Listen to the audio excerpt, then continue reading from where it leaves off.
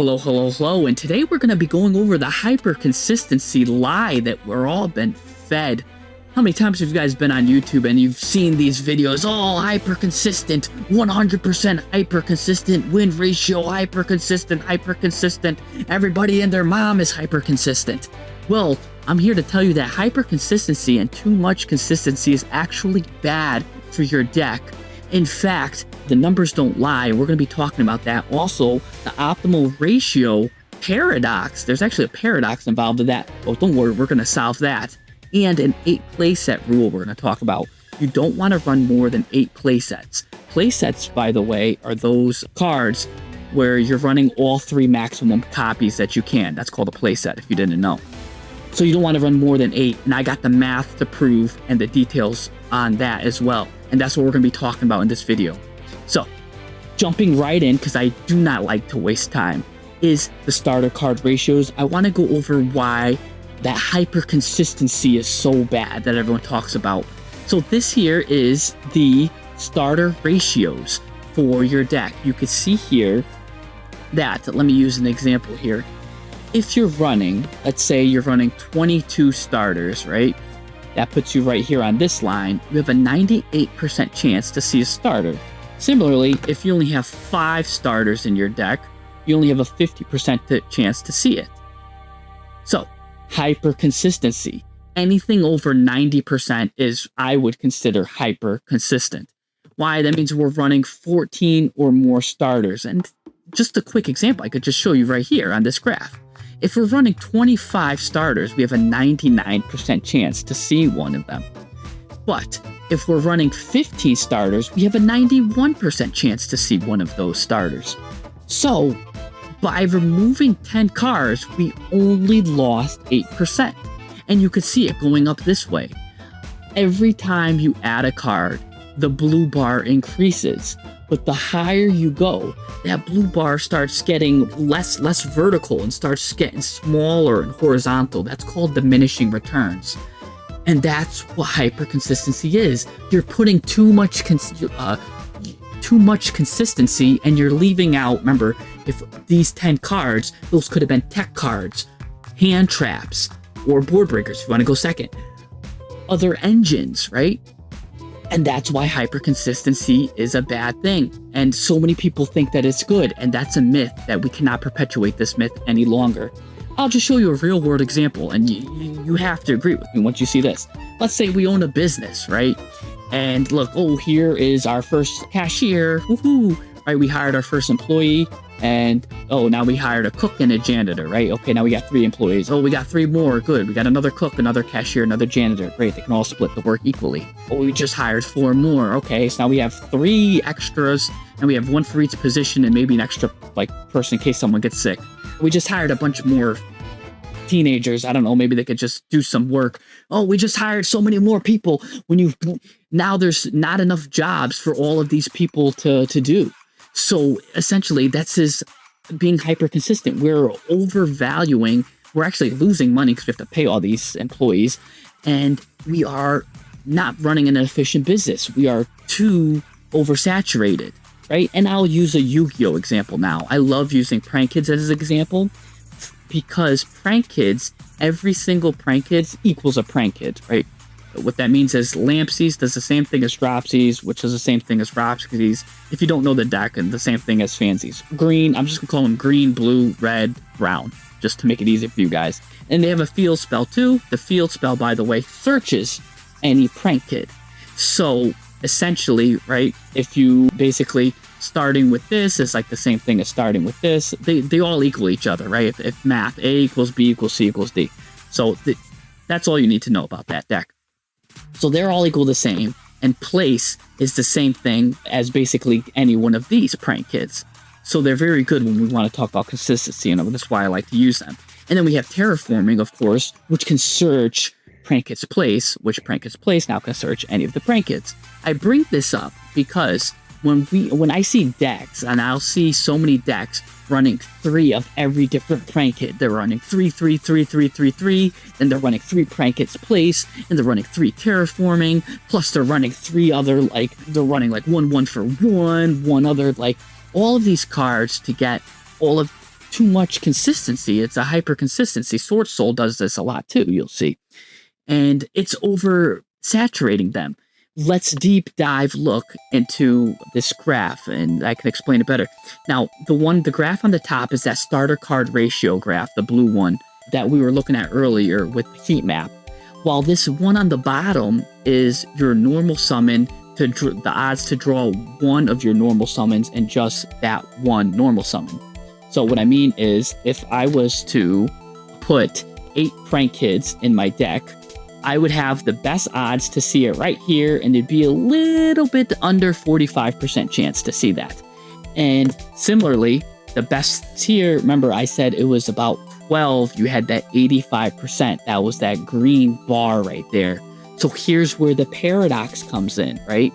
How do we get 8 starter cards but run 8 normal summons? It's like, what? That's imbalance. I want to run 12 starters, but only 8 normal summons. I don't want to go above 12 starters, because if I go above 12 starters, now I'm becoming hyper consistent, especially once I go over 90. So once I hit that 19 mark, or even right there, what's this? 17. Once I hit 17, I'm becoming way over hyper consistent, because that's the 90 marks right here. So again, we don't want to become hyper consistent. 95 is more than hyper consistent. So you can see you don't want to run more than 12 starters. But 8 and 12, what gives? How do we solve that? Well, here's how you solve it. Going back to prank kids, right? Because I like to, again, use them as the example. Well, we're running 1 of each of the starters.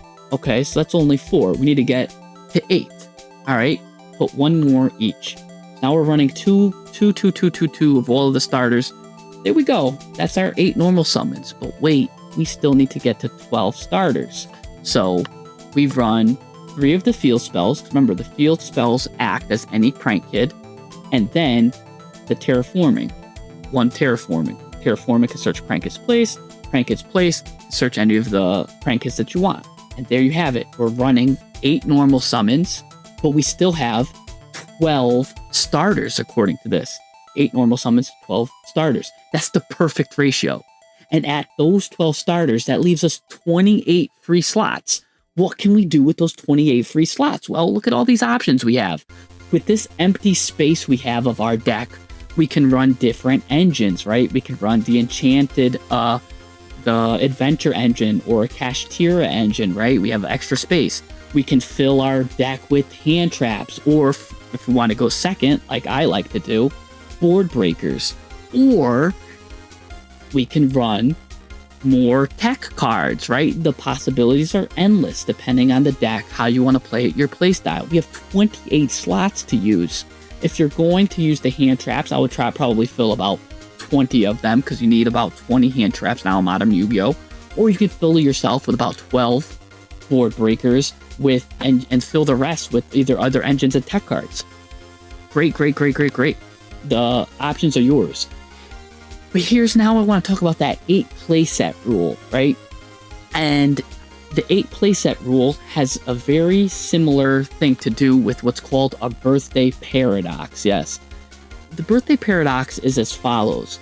Basically, if you're in a room with 23 other people, there's a 50-50 chance that 2 people will share the same birthday. And that's kind of crazy. And in fact, in a room of 75 people, there's a 99% chance that 2 people will match. And it might seem crazy, like it doesn't make sense, but it does. And I'll show you the graph on that in a second. But let's use that as an example for Yu-Gi-Oh! Because in Yu-Gi-Oh! We have 3.64% chance when we're running playsets to see all 3 of our playsets, right?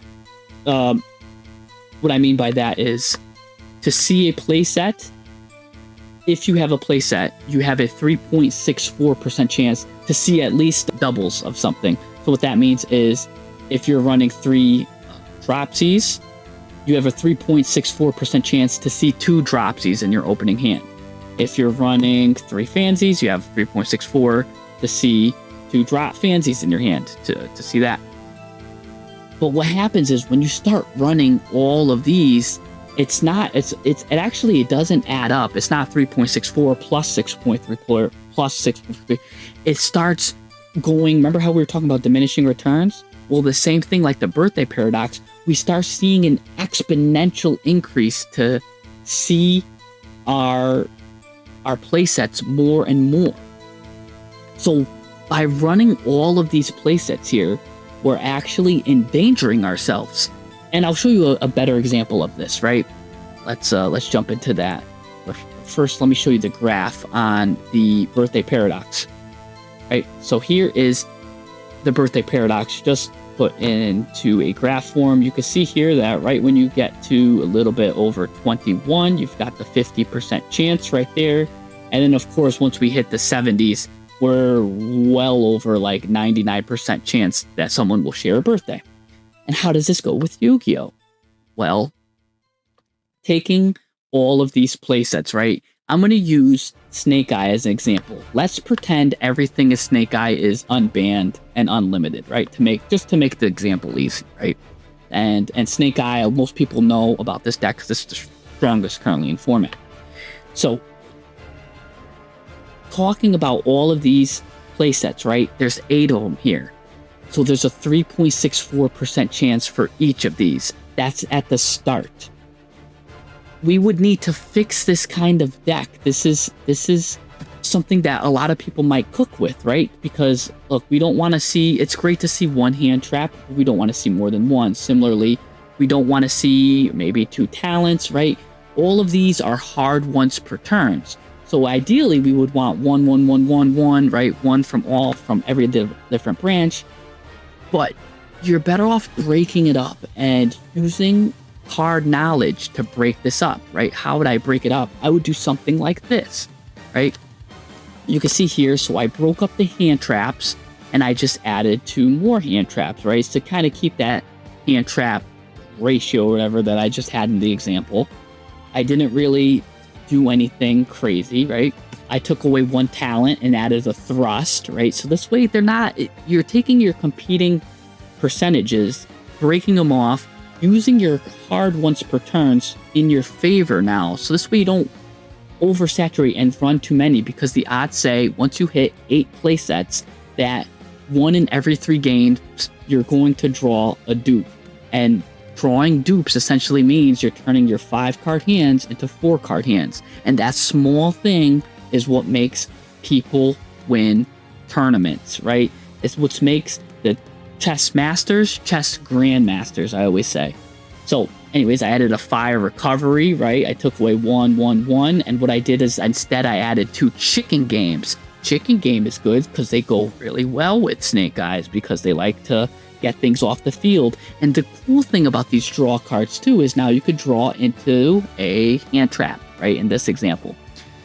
The things that I kept 2 playsets of was Sinful Spoils, Wanted, and the Snake Eye Ash, because those I felt like were the most powerful cards. Sinful Spoils will draw itself back and pay for itself, and Ash does so much plus draws a card and pays for itself. And funny enough, both Ash and Sinful Spoils, Wanted, were both hit respectively in Master Duel and in the TCG themselves.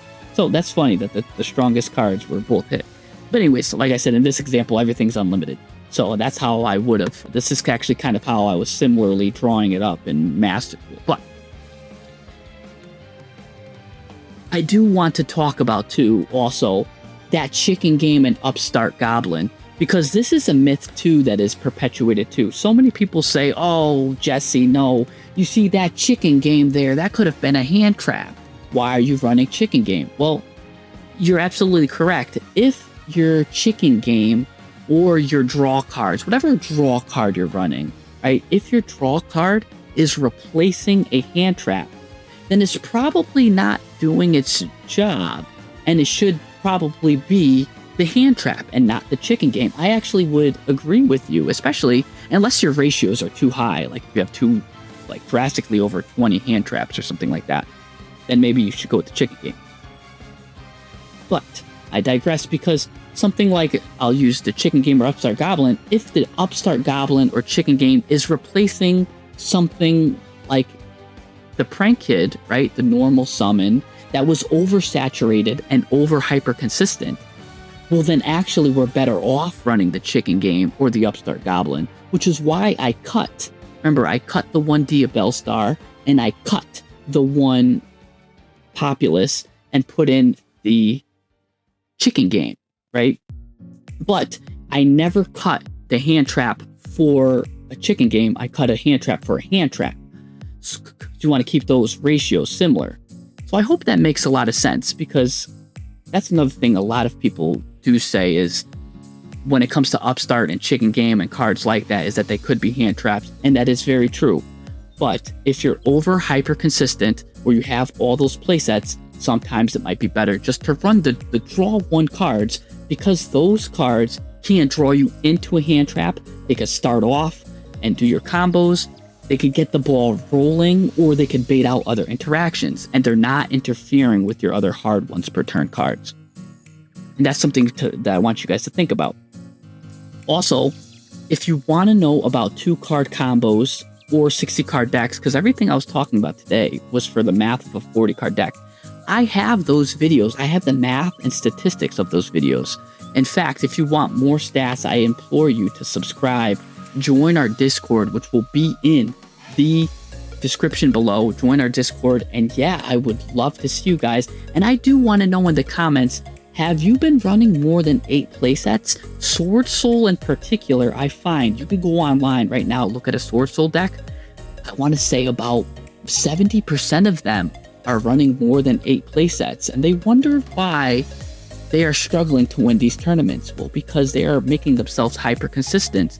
And in fact, I've been seeing some Sword Soul players of lately tap into this new consistency method, and they've been toggling their ratios and having great success by lowering their consistency and putting in more utility. That's just something to think about. Let me know if in the comments below, though, if that is something you guys have been doing. If you guys are playing hyper consistent decks, have more than 8 playsets, let me know. I'll see you guys next time.